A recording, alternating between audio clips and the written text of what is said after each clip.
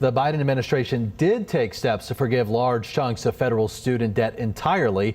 That move was challenged in court, and the Supreme Court is expected to release a ruling sometime this month.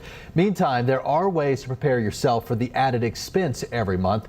Allison Basil is joining us now. And Allison, you spoke with an economist today who kind of walked us through what happens next. Yeah, well, Dan, Virginia borrowers owe an average of $40,000 in student loans. That's according to the State Council of Higher Education in Virginia. And more than half of them have a bachelor's degree. More than 40% have an associate's degree.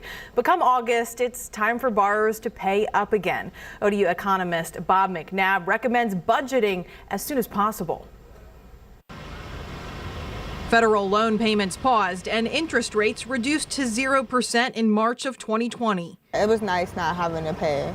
But the debt ceiling deal ends that soon. More than 40 million people like Zelma Stokes will need to make payments starting in August. My thoughts is Mr. Joe Biden was supposed to be canceling student loans, I thought. I guess I can just try to save as much as I can. Federal leaders always plan the pause as a temporary COVID-19 pandemic relief measure. ODU economist Bob McNabb says this will change the lifestyles of some borrowers who have had an extra $200 to $500 to spend each month. Do you no longer buy a house? Do you no longer live in an apartment? Do you live with your parents? Do you have a roommate? Those are all conversations some people are going to have in the coming months. His advice, don't ignore the upcoming due date. You have to look at your budget now and go back and say, can I afford more than the minimum payment? Can I aggressively pay this off?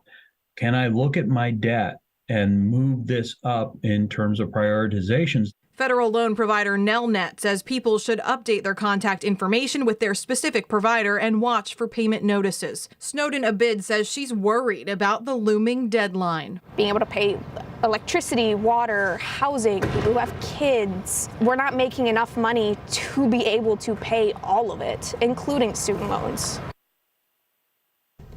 And McNabb says in the big picture, the repayment of federal loans will shave off some consumer spending. But he says with the chances of a recession this year dimming, the economy can handle the impact. Allison Basil, 13 News Now. Allison, thanks. Many federal loan providers say they will send notices about the upcoming payments about 3 weeks before they are due.